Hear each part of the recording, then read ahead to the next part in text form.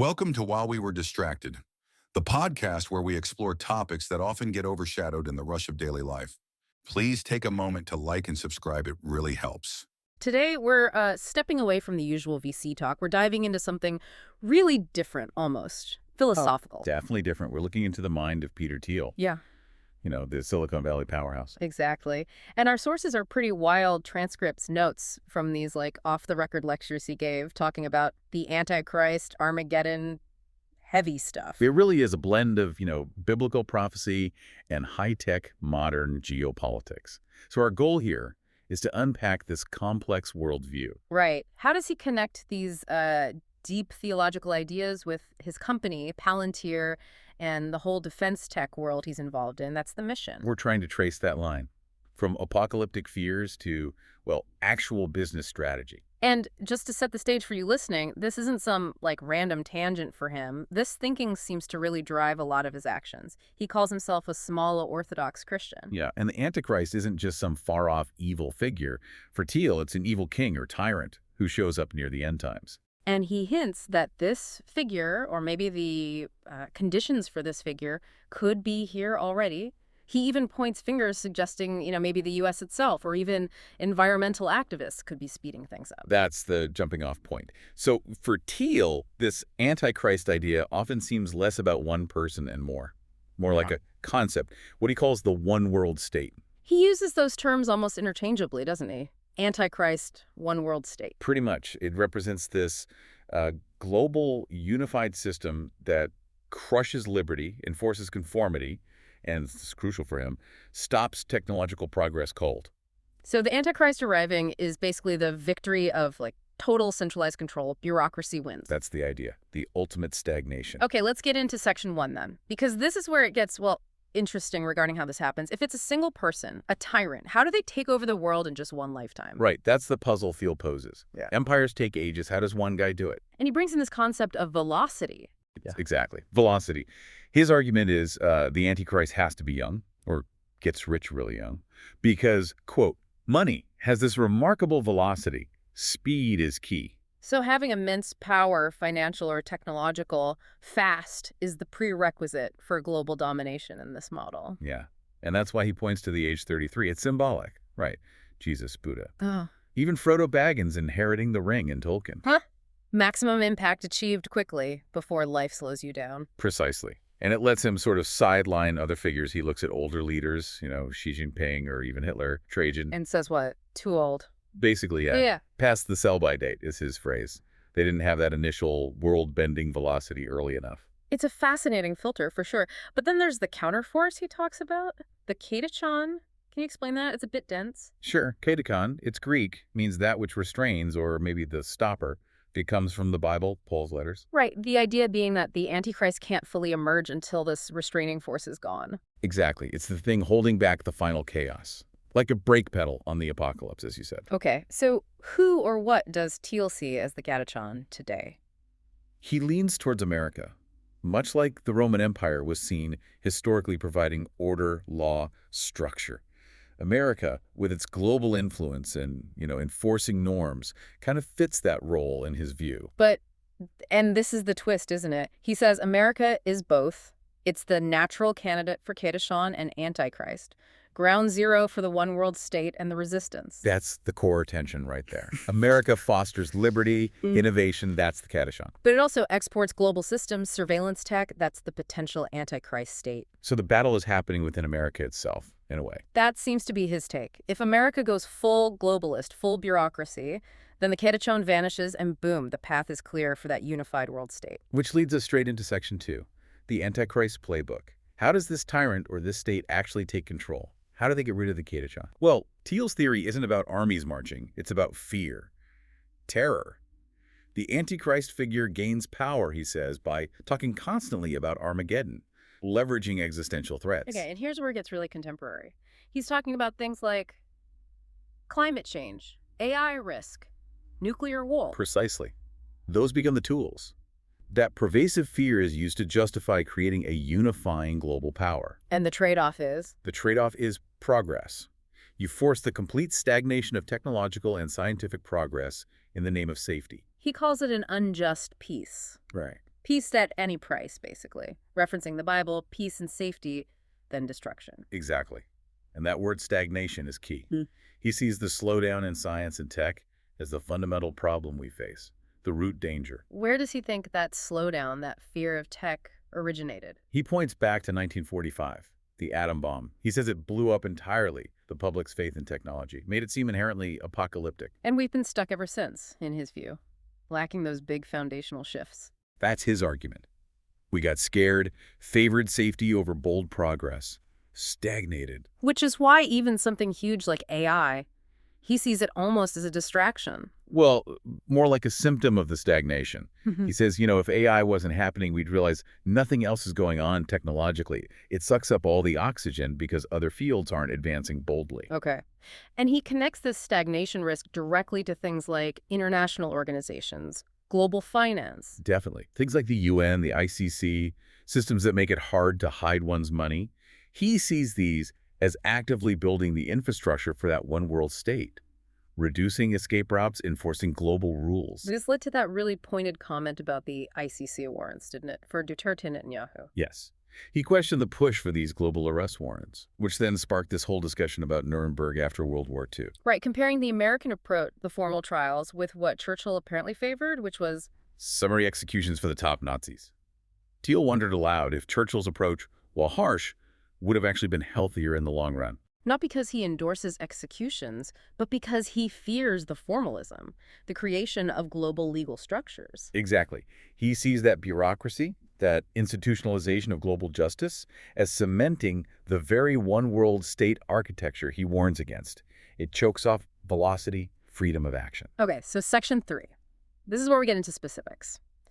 If the Antichrist's goal is to stop science, then the modern Antichrist, surprisingly, is a Luddite. Yeah, it flips the script, doesn't it?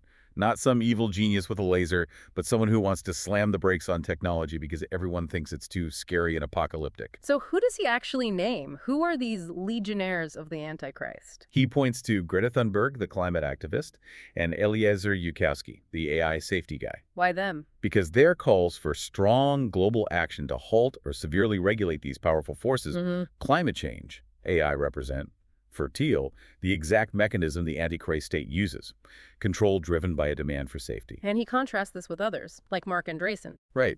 He says Andreessen, who's super pro-tech, can't be the Antichrist because, well, he's not popular.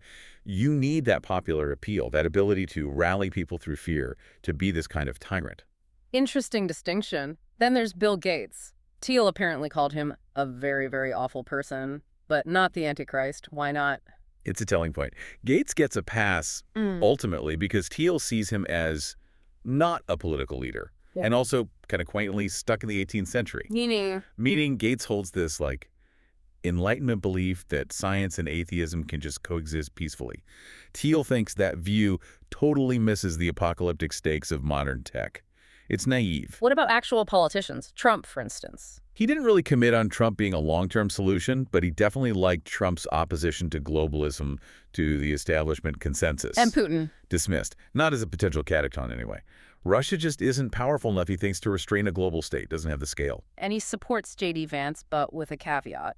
Yeah, he worries about what he calls popism, a kind of merging of political and religious authority, Caesar-papist fusion. That could become its own form of controlling state. So if politics isn't the ultimate answer, and the real danger is this creeping stagnation, where does Thiel place his bets? Well, that leads us right into Section 4. It seems the only thing he truly trusts is technology, and specifically Palantir. The company he co-founded. So Palantir becomes the antidote, the anti-stagnation force. That seems to be the framing. Palantir's stated mission is pretty much the opposite of stagnation, building software for human-driven analysis of real-world data, helping big institutions, governments, militaries work faster, smarter, preserve liberty. So they're positioning themselves as providing the technological Catechon, speed and clarity against the bureaucratic sludge. Exactly, and they really emphasize their model. They license software, like Gotham for defense, Foundry for commercial clients. They don't hoard or sell the data itself. They call themselves watching the watchers, right? Countering the surveillance state narrative. Right. The big enemy for them internally is what I call manager mode. Slow, risk-averse, bureaucratic thinking, process over results. That's the stagnation Thiel is fighting. That army tank inventory example you mentioned earlier, 3 weeks just to count tanks, that's pure manager mode. Textbook example. Yeah. Palantir's tech is designed to be the opposite, an operating system for an organization, giving one fast, clear picture from tons of data, empowering the founder personalities within those institutions to actually act. And we see this speed in action. That ISIS cell example is pretty compelling. It really is. Palantir's platform allowed the U.S., the Danes, the Brits to share intel seamlessly in real time. They broke up that ISIS cell before they could weaponize a drone against a hospital. Speed save lives. Velocity as the counterforce. That's the narrative, which brings us to Section 5, Warfare and Speed. Palantir pushing for a defense reformation, even suing the Army back in 2016. Yeah, what was that lawsuit about? It was fundamental. They sued to force the Army to consider commercial, off-the-shelf software like theirs, instead of just relying on slow, expensive, custom-built systems, a direct assault on the Pentagon's own manager mode. Fighting for speed. Again, it ties into that military concept, the ODI loop. Absolutely. Observe, orient, decide, act, is from Colonel John Boyd. The idea is simple. Whoever cycles through that loop fastest wins. And Palantir sees its role, especially with AI, as accelerating that loop. Exactly. Not just making the average soldier better, but making the very best person superhuman, giving them that instant decision advantage. And the results seem dramatic. That Fort Irwin example. Reducing a division's footprint from 400 people to just 26, undetectable. It's astonishing. It embodies that idea of technological velocity as the Catechon, the restraining force against conventional, slower adversaries. And this capability gets framed against specific threats, China primarily. Yes, China is definitely positioned as the main strategic competitor. There's even talk of the reverse opium war, China enabling fentanyl precursors to weaken the U.S. from within, highlighting the need for effective deterrence. Which leads to his point about what deterrence actually is now. It's not just about the bombs you have. No, the argument shifts. Post-Cold War thinking focused on the stockpile. Thiel and the sources around Palantir argue the real deterrent is the ability to produce, quickly, weapons, supplies, everything critical. Production capacity is the deterrent. Which loops all the way back. To counter the threat of a global, stagnant, Antichrist state, America needs reindustrialization. Chips, pharma, energy. Driven by whom?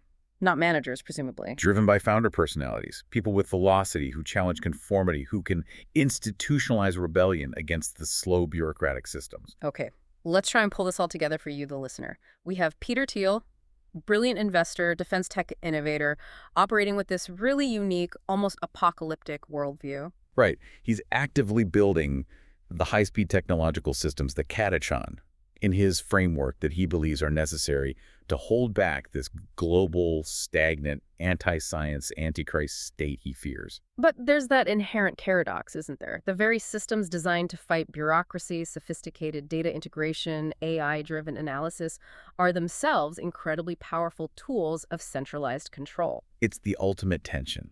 The velocity he champions could potentially enable the very consolidation he warns against if it fell into the wrong hands or if its power wasn't carefully managed. A true double-edged sword. The cure for bureaucracy might be a technology that demands enormous trust. So here's the final thought for you to chew on. If Thiel is right, and the Antichrist gains power by playing on our fears of technology, our fears of risk, to enforce global stagnation. Then what's the next big technological leap coming in our lifetimes? Maybe it's advanced gene editing. Maybe it's true artificial general intelligence. What's the next thing that will be so powerful, so potentially disruptive? That it forces us globally to make that choice. Do we clamp down with total control for perceived safety, or do we embrace the radical, maybe terrifying innovation that Thiel equates with liberty? Where will that line be drawn next? Something to think about. Don't forget to like and subscribe for the next episode on While We Were Distracted.